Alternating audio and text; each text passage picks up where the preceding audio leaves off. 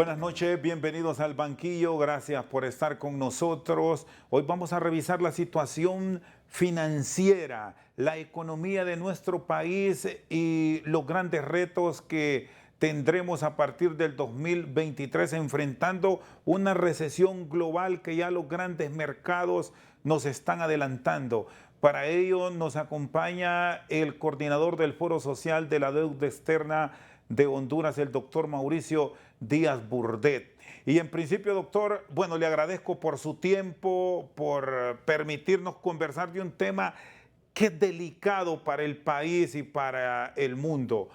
El tema de la inflación, cómo estamos cerrando. Ya se proyecta una inflación de 2 dígitos, algo que nos va a dejar severos problemas en nuestras finanzas, tanto públicas como privadas. Buenas noches. Buenas noches, una satisfacción especial poderlo saludar, periodista Rosendo García.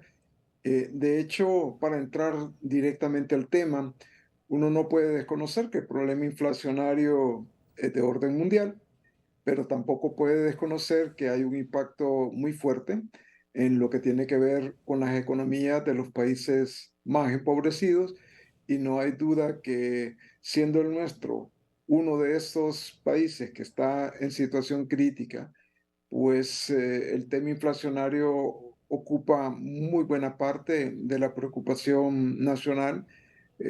Más allá del gobierno, es también una preocupación del bolsillo de las personas en lo individual, como familias, y que de manera muy concreta, cuando hay inflación, pues no llegan los productos, los servicios que todos requerimos para sobrevivir, y que incluso ya antes estaba muy difícil de poder adquirirlos.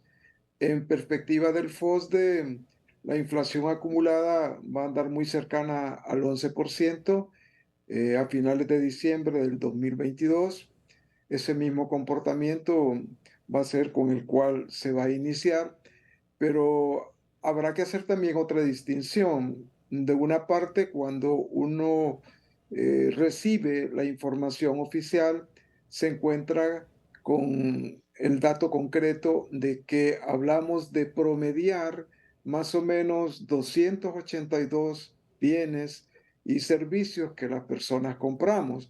Pero cuando nos detenemos a cuál es realmente la canasta familiar que la mayoría del pueblo consume, y particularmente aquellos que tienen una situación de ingresos más difícil, uno va a encontrar que esa inflación seguramente va a ser muchísimo más alta. No hay duda de que lo que tiene que ver con los granos básicos y particularmente los frijoles, lo que tiene que ver con la tortilla, lo que tiene que ver con los huevos, lo que tiene que ver incluso con otros productos que no siempre llegan a la mesa de las personas, como las carnes, pues han tenido un aumento desmesurado. Y si se midiera esa canasta realmente básica de lo básico, pues encontraríamos una cifra muchísimo más escandalosa y más difícil. Y muchísimo más difícil también de controlar por cualquier autoridad gubernamental o por cualquier instancia de orden internacional. De lo que estamos hablando entonces es que esto va a significar un incremento al empobrecimiento del país, va a significar que muchas personas van a entrar, quizá que antes eran clase media, a clase pobre, y algunos pobres van a entrar a una situación todavía más delicada, entrando a una palabra un poco pesada, a la calidad de miseria. Y por lo tanto, sí es un asunto que tendremos que atender, es un asunto que no puede ser pospuesto, y por lo tanto el país tendrá que hacer uso de sus recursos financieros, pero también hacer uso de otro tipo de recursos para que por lo menos lo que tiene que ver con la alimentación pueda atenuar, pueda disminuir un poco ese impacto tan desfavorable que hay para la mayor parte de Los nuestro pueblo. programas sociales, ¿qué tanto pueden contribuir? Y con su experiencia, ¿recomendaría que en el presupuesto de la República se tengan renglones puntuales para incrementar los mismos? ¿O qué medidas son las que se deben implementar para que no entren en ese renglón de miseria que usted me señala, grupos de hondureños de una pobreza que hoy está para algunos que tienen números un tanto aproximados arriba del 70%, doctor? Bueno, de hecho, lo que todo mundo recomienda es que, y es correcta también la medida, es que disminuya la cantidad de dinero en efectivo, particularmente lo que corresponde al uso de las instancias gubernamentales. Y esto puede ocasionar ciertos niveles de dificultad que no se pueden desconocer, pero también es cierto que no basta con regular las cantidades de dinero que se emiten por parte del gasto público, sino que también tenemos que ver un mejoramiento en la calidad de ese gasto.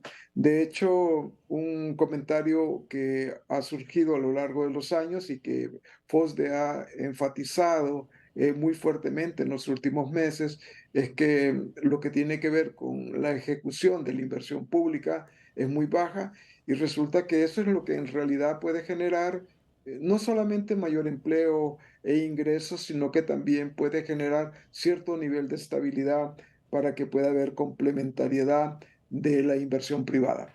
Pero también es válido pensar que en todo lo que tiene que ver con inversión, tendremos que reenfocar nuevamente a algo que es de sentido común, pero no necesariamente ha sido un ejercicio de décadas en el país, y es cómo fortalecer los esfuerzos que se realizan en el campo, particularmente en lo que tiene que ver con la producción de alimentos y en lo que tiene que ver con un mejoramiento de ciertas condiciones para que puedan las personas acceder al crédito, para que se pueda acceder un poco a algún cambio tecnológico, para que pueda haber también asistencia técnica, que es un asunto que se ha ido posponiendo por muchos años.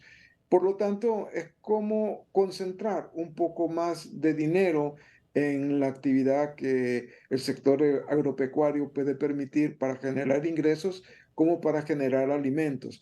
Esto significa quizá ser un poco más abiertos en lo que tiene que ver con el acceso al crédito. De hecho, hay una cantidad considerable de recursos que Banadesa todavía no ha logrado poner en el bolsillo de los productores.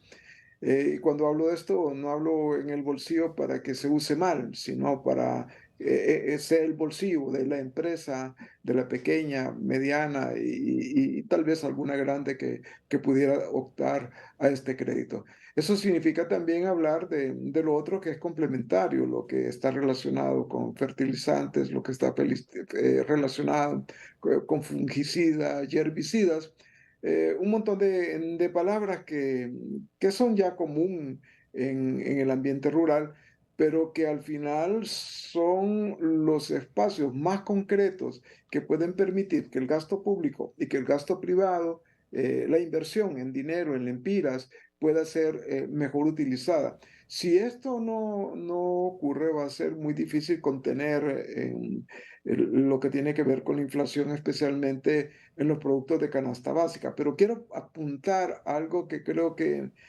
vale la pena decir. En el campo no se puede invertir así nomás como en cualquier otro sector. Hay momentos, por ejemplo, ya prácticamente hemos perdido lo que se llama la cosecha de postrera. Ahí tal vez se puede mejorar en términos de recolectar lo producido y un poco lo que tiene que ver con guardar ese alimento y quizá en el tema de transporte poder ayudarlo. Pero sí, efectivamente hay lo que llamamos costo de oportunidad. Hay cosas que hay que hacer en un momento específico y ahorita habrá que prepararse bastante en lo que pudiese ser la cosecha de primavera o la que viene más o menos la que se siembra en mayo.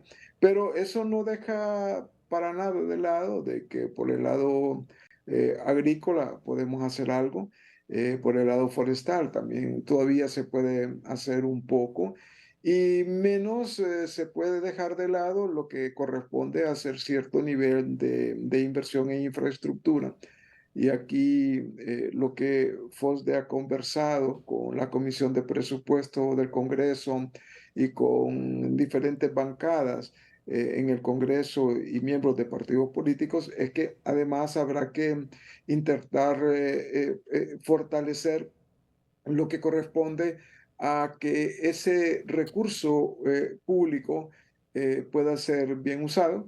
Y cuando hablamos de bien usado, significa también comenzar a realizar algunas estrategias novedosas de inversión. Es decir, considerando el tema de las inundaciones y en su momento de las sequías, ya Honduras no puede invertir en infraestructura que esté en esos lugares donde hay mucha inundación o mucha sequía. Eso significa que, por ejemplo, los más de 3.600 millones de dólares que Educación señala que se requieren para recuperar la infraestructura del sector educativo, pues habrá que considerar que muchos de los lugares que se quieren reconstruir son lugares en donde ya no debe estar esa escuela, principalmente por el riesgo de nuestras niñas y niños, pero también por el otro lado de que quizá ese lugar ya no es el más apropiado. Es decir, doctor, perdón, aquí con este tema de el Valle de Sula, sobre todo, y parte occidental del país, que es donde más afectación se ha dado por estos fenómenos naturales, lo de las represas y estos grandes proyectos de mega infraestructura de represa son innegociables. Si no están contenidos en el presupuesto, habrá que buscar ese endeudamiento bueno que ustedes llaman los economistas las buenas deudas para construirlo. Eso es innegociable.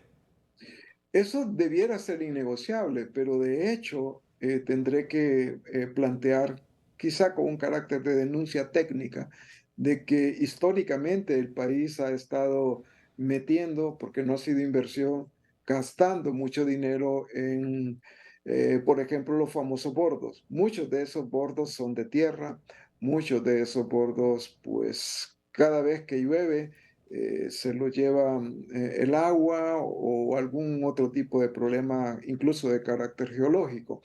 Eso nos dice muy claramente que en esos lugares tendremos que hacer una inversión un poco distinta.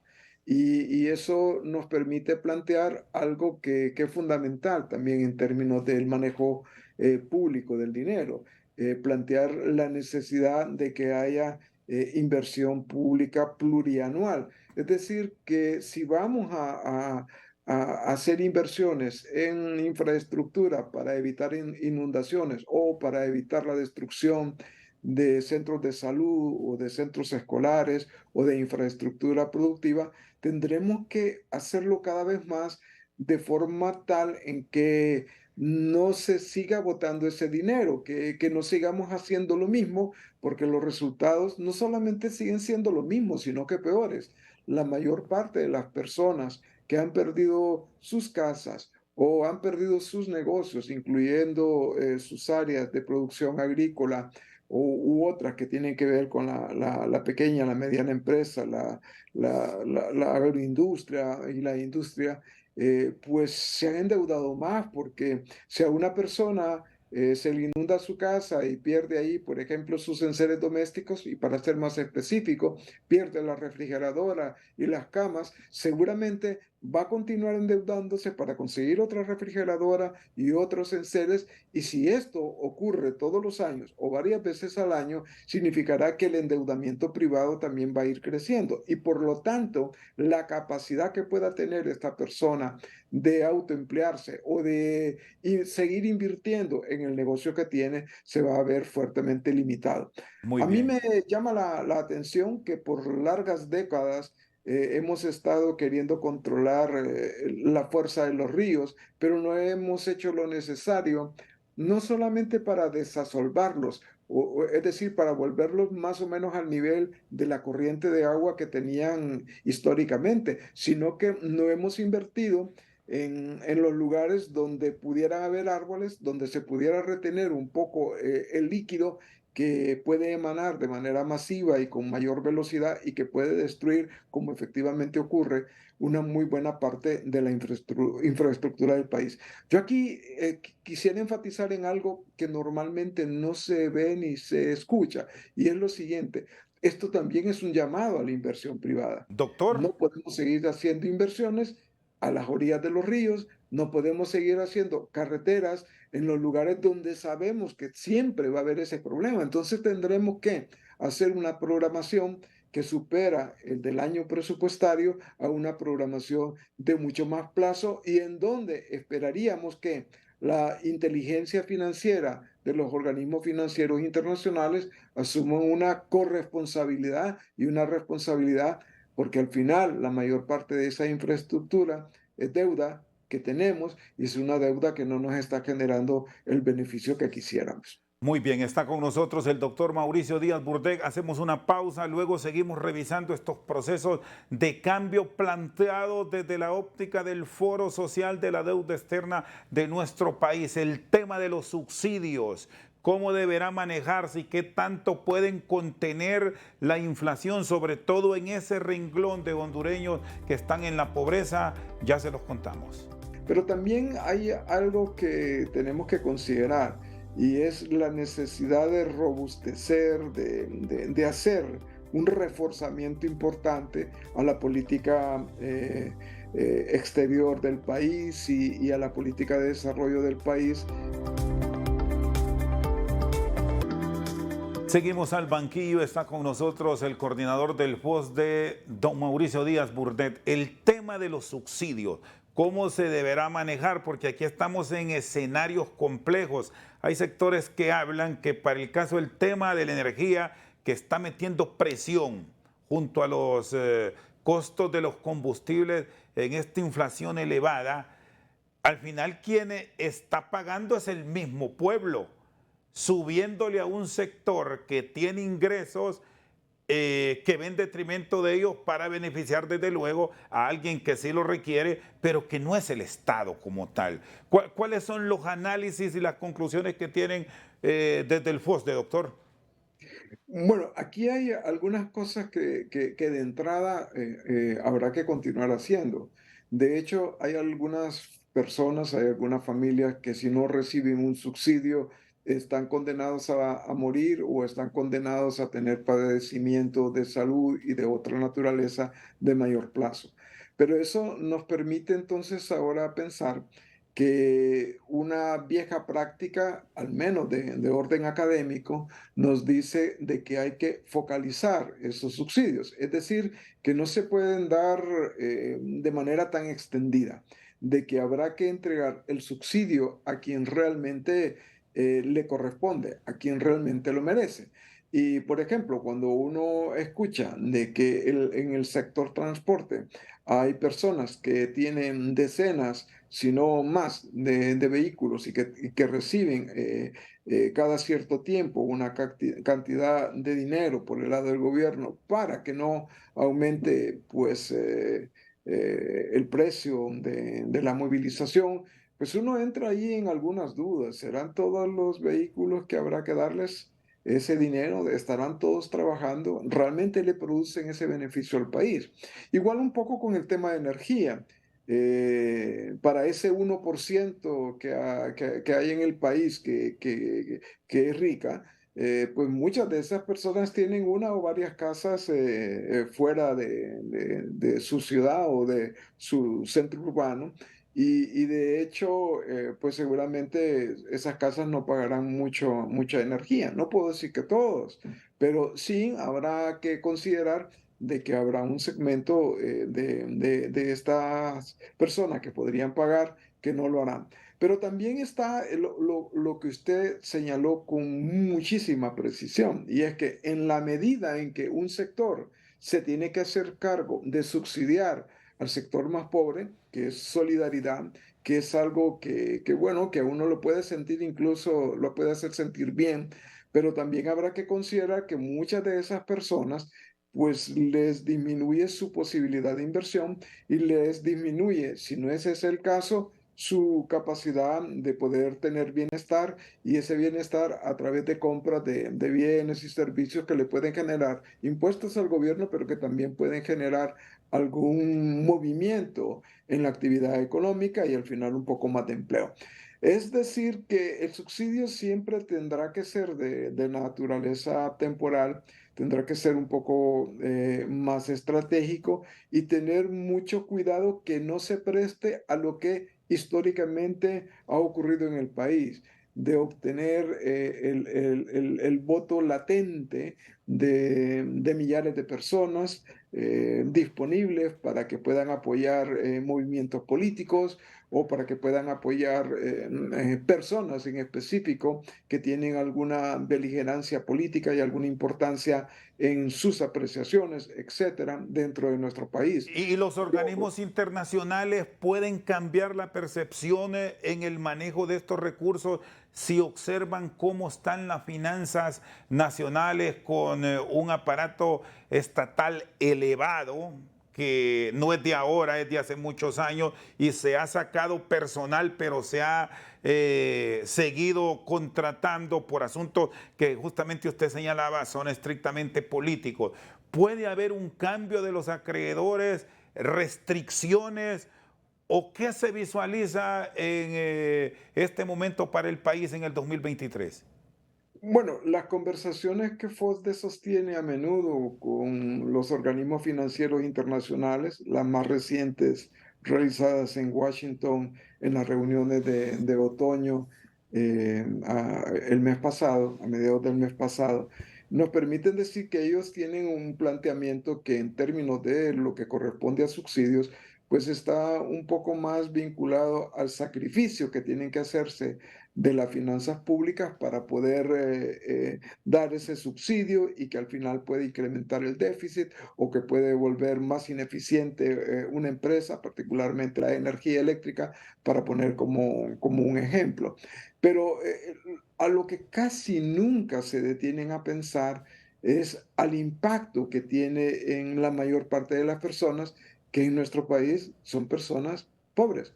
Y aquí tal vez recordar lo que antes decía, si el 1%, por suerte, del país son personas que tienen dinero, y el 73% son personas en condición de pobreza, eso nos dice entonces que más o menos 25-26% podría ser clase media. Y hay clase media que está prácticamente ya en el borde de la pobreza, que está en el límite y que si se fuera riguroso en la búsqueda de la información y del establecimiento del estatus de este sector, seguramente es una clase media que está verdaderamente casi extinta. Pero lo concreto es que sobre este tema, la comunidad internacional va a seguir insistiendo en la necesidad de tener lo que se llama un equilibrio macroeconómico, es decir, que las finanzas del gobierno estén bien, y no necesariamente las finanzas de la mayoría de las personas, que es lo que históricamente ha ocurrido. Muchas veces uno escucha evaluaciones y siente que casi está como en el primer mundo, pero cuando se va a la calle, a las cuadras de la casa o a donde quiera, uno va a encontrar cinturones de miseria muy grandes, va a encontrar centenares o miles de personas pidiendo algo de comer o un lempira. Bueno, ahora ya no se pide un lempira, se pide un poco más en la calle, pero lo que nos está diciendo es que hay un discurso que no corresponde a la realidad. Por eso la necesidad de hacer un equilibrio entre estos planteamientos que pueden ser muy bien aplicados y que probablemente funcionen bien en el primer mundo, pero que en un mundo como el nuestro, pues los resultados no son los más favorables. De hecho, así como he planteado antes, de que muy buena parte de la infraestructura que hay en el país, casi toda hecha con financiamiento externo, es decir, con deuda, pues se hizo en lugares inapropiados. Y hay lugares inapropiados que lo sabemos desde hace décadas, por no decir un poco más de tiempo adicional. Eso nos dice entonces que sí, efectivamente es necesario entrar al tema de consensos con esta comunidad internacional, pero también habrá que intentar equilibrar los planteamientos que pueden beneficiar un poco más a la mayor parte de la población con planteamientos que ellos hacen que también son importantes y que no dejan de ser válidos. De hecho, ha habido muchos años, tal vez también muchas administraciones de gobierno, en donde si no fuera porque hay vigente un convenio con el Fondo Monetario Internacional o porque los préstamos con el BID o con el Banco Centroamericano obligan a cierta devolución de información, pues prácticamente la hondureñidad estaríamos todavía más a ciegas de lo que corresponde al tema de ejecución del presupuesto e incluso en el mismo diseño del presupuesto Por público. cierto, ¿cómo avisora para el 2023 el sistema cambiario, el valor del empira frente al dólar con todos estos procesos tan revulsivos del mundo? ¿Estabilidad o puede entrar en deterioro nuestra moneda, que es otro síntoma de alarma también para la finanza nacional? Bueno, de hecho, no se puede desconocer que hay diferentes planteamientos sobre el particular. Históricamente, un economista muy exitoso y banquero, don Jorge Hueso Arias, ha propuesto de que se suelte un poco más el tema del costo del empira respecto al dólar y otras monedas duras. El doctor Nelson Ávila en su momento también ha hecho planteamientos similares. El punto concreto es que si bien en este momento y desde hace buen rato hay reservas internacionales netas o depósitos en dólares suficientes para cubrir varios meses de las importaciones que tiene el país, también es cierto que los criterios utilizados para definir el precio del dólar versus al empiras no necesariamente corresponden a un criterio que tenga suficiencia técnica. No voy a entrar a ese tema de política monetaria, pero expresaré al menos lo siguiente. Es probable que ese colchón que tenemos de reservas internacionales nos sigan permitiendo tener cierto nivel de estabilidad en lo que es el valor del empira frente al dólar o el valor del dólar frente al empira y al euro.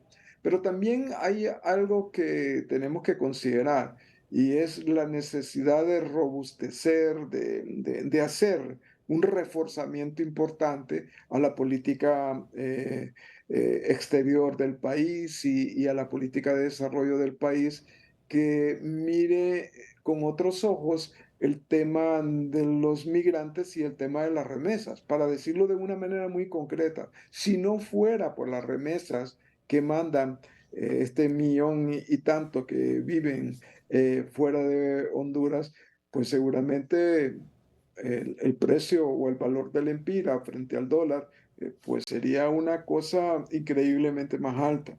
Y de otra parte, tendremos que decir que en la medida que se pueda fortalecer ciertas políticas que apoyen a la población migrante, esa estabilidad monetaria la podemos tener en el país. Diciéndolo en términos un poco más simples, si se puede apoyar a nuestros migrantes que mandan ese montón de dólares todos los días y todos los meses y que FOSDE calcula que pudiera llegar a unos 8.500 millones de dólares a finales de año, esa es la fuente de ingreso más importante, pero Honduras ha venido priorizando por décadas tratar de tener inversión extranjera directa. Voy a intentar ser simple con las comparaciones. Si consideramos que Honduras pudiera tener una entrada de remesas de estos millón y pico de hondureños que viven en el exterior y que pudieran ser unos 8.500 millones de dólares a finales de diciembre del 2022, la comparación con la inversión extranjera directa que pudiera llegar a unos 700 millones de dólares con suerte, le significa entonces que es una cantidad microscópica, una cantidad, bueno, estoy siendo demasiado fuerte en eso, una cantidad muy, pero muy pequeña, más o menos la quinceava parte de lo que representan las remesas. Entonces, ¿qué nos está diciendo el sentido común? Que hay que tratar de fortalecer a este sector, y no estoy diciendo que habrá que promover las migraciones, no estoy diciendo eso, sino que intentemos aprovechar de mejor forma esos enormes cantidades de dinero que vienen en dólares para que el país pueda desarrollarse y para que la familia de estas personas que viven en el exterior también pueda mejorar, porque la mayoría de ellos en su momento quieren regresar. Ya cuando tienen los hijos allá, los hijos se quieren quedar, pero la mayoría de las personas tendrán que tener un retorno. Esta visión no se ha tenido en el país, y es algo así como despreciar la principal fuente de ingreso que tiene el país, la principal fuente de operaciones, incluso del sistema bancario hondureño, por cosas que nos mantienen en el otro limbo, en eso de estar generando condiciones favorables para que haya inversión, es decir, que no paguen impuestos, ofrecer una gran cantidad de cosas, y a la hora de la hora, pues esa inversión no viene. Claro, hay sus razones por las cuales no viene. No es mala fe, no es maldad, es simplemente que el país no ha tenido las condiciones y no se ve que en el corto plazo podamos superar eso. Pero sí es claro que la cantidad de personas que viven en el exterior seguirán mandando cantidades extraordinarias de dinero, y que son muy importantes para las finanzas públicas, como muy importantes para que en el país hayan alimentos, para que en el país hayan muchas cosas. Muy bien, el doctor Mauricio Díaz Burdet con nosotros esta noche al banquillo. Una pausa cuando retornemos. Una de las rutas para salir adelante en estos tiempos de crisis es el emprendimiento, pero se está chocando con el tema de la seguridad. ¿Qué planteamientos se deben tener cuando estamos próximos a discutir el instrumento fiscal 2023? ¿Qué renglones deben tener puntualidad para fortalecer este sector? Ya se lo contamos. Nosotros siempre estamos esperando que la inversión extranjera va a resolver los problemas, pero cuando vemos también la disponibilidad de dinero que hay en el sistema financiero nacional, uno se asombra de los miles de millones de lempiras que están ahí, que no se invierten. Seguimos al banquillo con el doctor Mauricio Díaz Burdet. Muchos ciudadanos en el mundo durante estos años de pandemia, bajo encierro, se reinventaron, y la gran apuesta es el emprendimiento. Así ha estado Honduras. Sin embargo, enfrentamos hoy una gran dificultad, doctor, y es el aspecto de seguridad que debe estar ligado, y quienes han dispuesto de recursos para entrar en este mundo chocan con el tema de la extorsión. ¿Qué diseños se deben poner en marcha para garantizar que estos procesos de cambio que impulsan muchos microempresarios tengan el éxito que han tenido en otros países? Bueno, aquí entramos al tema de que históricamente Honduras todos los años incrementa el presupuesto público. No necesariamente ese incremento significa también más inversión pública. De hecho, cuando uno recuerda la administración anterior, dejó un presupuesto de más de 308.000 millones, luego subió a 360.000 millones, ahora se ha reducido en una cantidad también importante, pero se ha incrementado lo que pudiese ser el presupuesto del próximo año, el del año 2023. Pero entrando de manera muy concreta, lo que estamos diciendo es que en el país, la hondureñidad, contribuimos con nuestros impuestos. Claro que hay un sector que no paga impuestos y que hará todo lo posible por no pagar impuestos, pero hay un esfuerzo, especialmente de clase media y de clase pobre, que pagamos impuestos porque la mayor parte del impuesto que recauda el país es el impuesto sobre ventas, y el impuesto de ventas no se escapa a nadie, y principalmente quienes tienen un consumo digamos, mínimo, pero al mismo tiempo un consumo que les permite sobrevivir. Lo concreto entonces es que la asignación del presupuesto no ha sido un ejercicio que tenga que ver con una mejor valoración de los criterios técnicos que debieran corresponder. ¿Qué quiero decir con esto? Que en realidad todos los años crece el presupuesto, pero también hacemos un mal uso de ese presupuesto. No solo es que no ha crecido como debiera la inversión pública, sino que también hemos hecho asignaciones de presupuesto que en términos de lo que corresponde a la seguridad, dejan en entredicho. Voy a hacer un ejercicio muy rápido.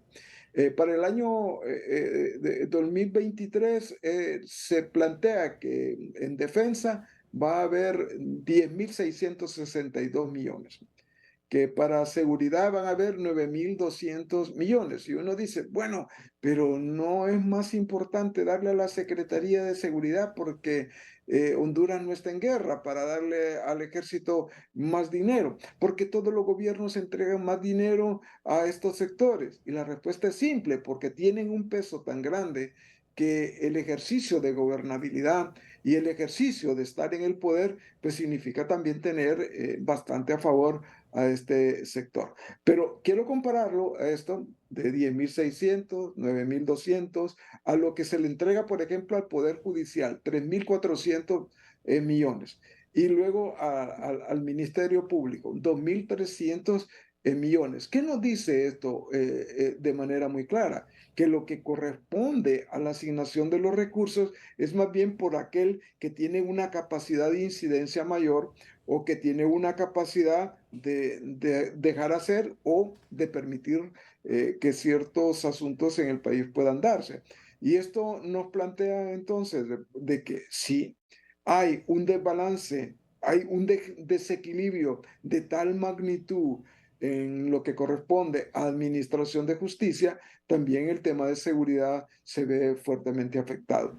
Quiero compararle también otra cosa importante. ¿Cuál es la cantidad de dinero que puede tener, por ejemplo, un poder del Estado? Por ejemplo, le planteo el Poder Judicial 3.400 millones, pero el Congreso Nacional casi 1.500 millones. Entonces uno dice, bueno, hay una estructura de financiamiento del país proclive a la corrupción, favorable a la corrupción y favorable entonces a que haya inseguridad, porque en la medida en que la corrupción se permea en el país, se mete en todos lados, en esa misma medida, pues los niveles de inseguridad pueden crecer. También es cierto de que muchas veces en términos de la idiosincrasia del país, se puede pensar que con la llegada de un funcionario o de una persona las cosas van a cambiar.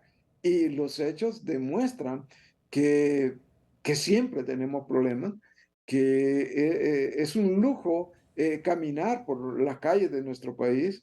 Es un lujo todavía mayor usar un teléfono móvil y abrirlo públicamente si ese teléfono es costoso. Pero lo que nos dice es que si tenemos pánico ahí, tenemos pánico en otro sentido. Voy a agregarle algo que normalmente no se dice también.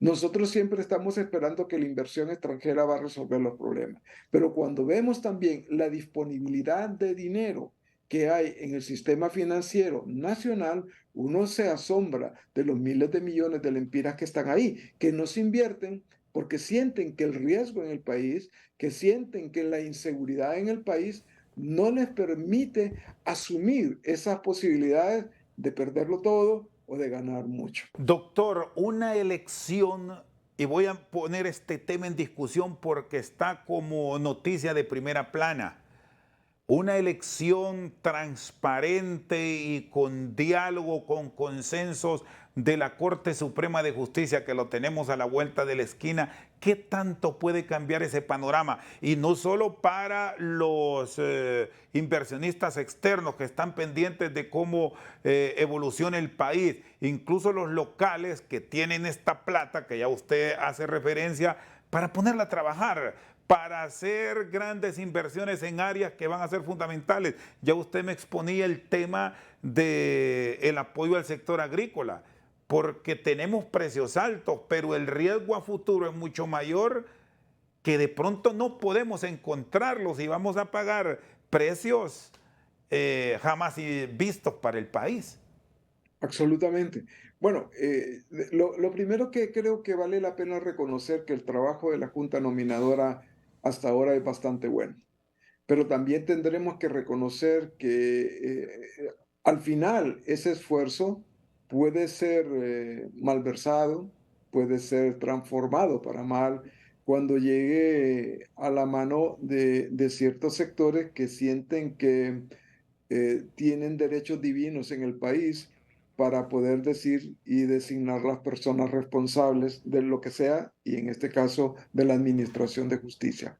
Eh, para nadie será sorpresa, no lo es, de que ya se ha planteado que en el mismo seno del Congreso Nacional se dice que van a defender las personas que correspondan al partido político que crean que tiene opción y que estén vinculados no solamente con el oficialismo, sino con la misma oposición. Eso nos dice ya muy claramente que habrá un esfuerzo muy grande por ubicar la gente que tenga una tendencia partidaria.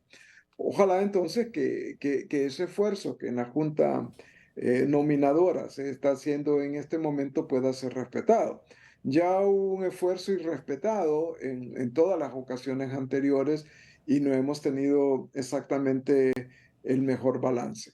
Pero también no deja de ser cierto que si no hacemos un avance importante sobre este tema en particular, las posibilidades de que el país pueda pues replantearse su vida y al mismo tiempo confrontar con todas las dificultades que hay en términos no solamente de inflación, sino de empleo, de ingresos, pues se van a ver un poco más difíciles. Quizá el tema aquí sería en cómo hacer para ejercer un monitoreo público y de sociedad en general sobre el ejercicio de administración de justicia. Y de hecho, aquí también habrá que reconocer que si no viene la Sisi y si la Sisi también no tiene un mínimo de posibilidades de actuación en el país, las probabilidades de administración de justicia van a ser lamentables. Pero no puedo ocultar de que la administración de justicia, especialmente en lo que tiene que ver con narcotráfico, no se hace en Honduras. Muy Y aquí bien. todos estamos a la expensa de qué va a ocurrir con los fiscales y con los jueces norteamericanos, porque ya es una historia que no podemos desconocer y que cada día nos debilita. Muy bien, el doctor Mauricio Díaz Burdet con nosotros al banquillo. Hacemos una pausa y ya regresamos. De hecho, el impacto de esta guerra, que es también mucho decir, eh, trasciende lo que es nuestros países y por lo tanto también se puede advertir que hay impactos muy concretos aún en los países del primer mundo. Seguimos con el doctor Mauricio Díaz Burdet. Quiero cerrar los conceptos del segmento anterior, doctor, y tienen que ver con el tema de justicia, porque esto va a resultar clave en un 2023 donde también tenemos una elección de segundo grado del nuevo fiscal general de la República y más adelante entes contralores y fiscalizadores del Estado y los órganos políticos. Esto es un buen ejercicio y una gran ruta para cambio. Efectivamente, es un buen ejercicio y es algo que tampoco podemos seguir posponiendo. De hecho, si en el país no logramos rescatar una administración de justicia que cada vez ha sido más inclinada a esconder las cosas, a no castigarlas, y que facilita de que jueces y fiscales norteamericanos asuman responsabilidades en términos de defender su país, porque no pueden trabajar con la Administración de Justicia hondureña, pues si no logramos eso, va a ser muy difícil que la famosa inversión nacional y la inversión extranjera puede estabilizarse. Y es cierto también que la pérdida en lo que tiene que ver con posibilidades de nuevo endeudamiento o de condonaciones o de donaciones que nos pudieran venir de países y de gobiernos amigos, también se podría ver fuertemente cuestionado. En otras palabras, este ejercicio interno es un ejercicio fundamental para poder sacar adelante el país. En la medida en que ese ejercicio no se realice de manera correcta, lo que estaremos haciendo es acentuar no solo la ingobernabilidad, sino también lo que era parte del tema que hemos conversado hasta ahora, ¿Y, y la qué, inseguridad en el país. sí, ¿y qué tanto puede cambiar todo ese proceso de planificación del 2023 para nuestro país con los grandes acuerdos que se podrían lograr ahora mismo en la cumbre del G20? Alguien dirá, ¿y qué tiene que ver eso? Pero ahí están las dos grandes potencias ahora mismo en un primer encuentro entre el presidente Biden y Xi Jinping que pueden contribuir a poner un punto final a una guerra que ha golpeado a toda la humanidad. Y hablamos del conflicto bélico entre Rusia y Ucrania que nos repercute en lo agrícola y en lo energético, bueno, y en muchos otros factores, porque mucha ayuda que se pudo trasladar para estos países fue para Europa. Continuamente monitoreamos cuál es el comportamiento de las capitales mundiales, particularmente Washington y Bruselas, y FOSDE, digamos que puede permitirse cierto nivel de conclusión, y es que efectivamente la mayor parte del dinero que podría llegar o pudo haber llegado y que podría llegar a los países empobrecidos como el nuestro, pues en este momento la probabilidad de que eso ocurra es cada vez menor. De hecho, el impacto de esta guerra, que es también mucho decir, eh, trasciende lo que es nuestros países y por lo tanto también se puede advertir que hay impactos muy concretos aún en los países del primer mundo. Pero también es válido pensar que siempre habrá algún nivel de recurso, pero cuando no podemos demostrar de manera fehaciente que el uso del recurso será verdaderamente transparente, orientado a cumplir con los objetivos por los cuales se pide el dinero. La mayor parte de veces se pide en nombre de los pobres, pero los pobres son las personas que menos pueden recibir ese recurso. Si nosotros no demostramos eso, hay otros países que tienen una mejor condición que la nuestra y por lo tanto podrían acceder a esos recursos. En otras palabras, la calamidad que tenemos en términos políticos podría permitirnos una profundización de la calamidad de los recursos que pudieran venir de parte de la cooperación internacional. Muchos de ellos tendrían que verse en la óptica de recursos, en la óptica de recursos que no tendrían que ser repagados, es decir, no en calidad de deuda, sino en calidad de donación. Es válido también poderse plantear el asunto de que si no podemos mejorar el sistema de administración de justicia, la estabilidad del aparato económico nacional también se podría ver fuertemente cuestionada y podrían haber ahí pérdidas que se pueden prevenir. Uno dice, bueno, al final si tienen que poner gente que es de los partidos que tienen mayorías en el Congreso Nacional, pues bueno, tal vez no lo podemos evitar, pero intentemos de que esas personas sean bien calificadas e intentemos también de que haya un juicio lo suficientemente profundo y responsable, especialmente de los partidos políticos que tienen esa presencia en el Congreso Nacional como primer poder del Estado. Doctor, cierro con usted. ¿Avisora que podría contribuir a reducir esta crisis mundial, este encuentro de los países poderosos? Sí, sí, sin lugar a dudas que sí, pero uno no puede desconocer que también cuando hablamos de países poderosos hablamos también de intereses poderosos. Y de hecho, cuando el nuevo presidente de Estados Unidos, el presidente Biden, también asume la herencia que dejó el anterior, que era una crisis fuerte con China en particular, y un acercamiento bastante fuerte con Putin de Rusia. Pero claro, a los mismos chinos en este momento les conviene porque ellos han tenido también una disminución de su crecimiento económico, de su expansión económica, porque la guerra está permitiendo un desgaste tan grande y un desvío de dinero a quemar pólvora, a quemar plomo, etcétera, todas esas cosas que se utilizan y no necesariamente a mejorar los bolsillos de las personas para que puedan seguir manteniendo su consumo o para que puedan aumentar su consumo. Y por lo tanto, China se ve seriamente afectado. Y las finanzas en Rusia pues están también en un estado crítico, como están en un estado casi calamitoso en lo que corresponde a Corea del Norte, para hablar de un segmento del mundo que tiene su importancia. Pero esa misma inestabilidad está afectando a Taiwán, está afectando a Singapur, está afectando a Japón, está afectando a varios de esos tigres asiáticos que conocemos como Corea del Sur,